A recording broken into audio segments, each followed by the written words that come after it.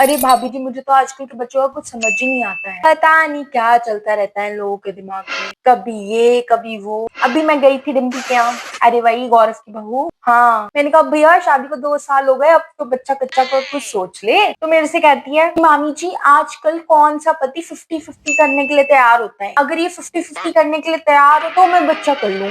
है ये क्या नया है 50-50? मुझे तो आजकल के ये मॉडर्न ख्याल बिल्कुल समझ ही नहीं आ रहे इन बच्चों के। हमारे जमाने की बात ले लो, हमने तो कभी 50-50 नहीं चाहा अपने पति से, और वो करेंगे भी क्यों?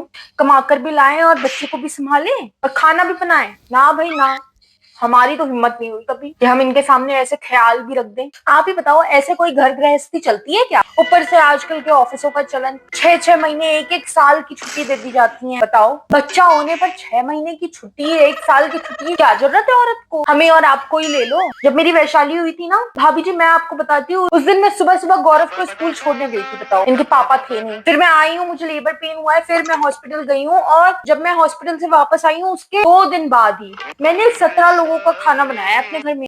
हम अगर 6-6 महीने बेड पे पड़े रहते तो हो गया होता हमारा काम। चलो भाभी जी, बच्चा कच्चा तो बहुत आगे की बात हो गई, एक औरत घर में कैसे रहना चाहिए? अरे आप कोई 2 साल की बच्ची थोड़ी ना हो जो अपने घर में मंडरा रही हो। मैं अभी लगभग 2 से 3 दिन पहले डिम्पी के यहाँ गई थी उससे मिलने के लिए, तो जी मैडम बैठी हुई है, आई है गेट खोलने, शॉर्ट्स में गेट खोलने आई है। अलग ही स्वैग चल रहा है, शोभा देता है ये बहुओं को। हम अपनी सास के यहाँ पहुंच जाएं, सास तो सास, हम किसी बड़े बूढ़े के सामने भी ऐसा नहीं पहन सकते। मैं तो इनके सामने ना पहनूं ना, मैं इनके सामने छोटे कपड़े नहीं पहन सकती। अरे बहू हो, बहू के सलीके से रहो, है ना? तो शोभा देता है ना, तो सिंदूर भरे थी, न बिंदी लगाए थी, न बिछुए पहने हो, न पायल पहनी हो, न कड़े पहनी हो। अरे 2-2 कड़े डाल लो, क्या ही जा रहा है तुम्हारा? कुछ नहीं तो कम से कम सिंदूर और मंगलसूत्र तो डाल लो। बताइए भाभी, इसमें कुछ गलत बोला हमने? इतनी सी बात हमने उससे बोली, तम आ गई हमारे ऊपर। अरे भाई यार, रिश्तेदार ही तो है, तुम्हारा बुरा तो नहीं चाहेंगे, है ना भाई?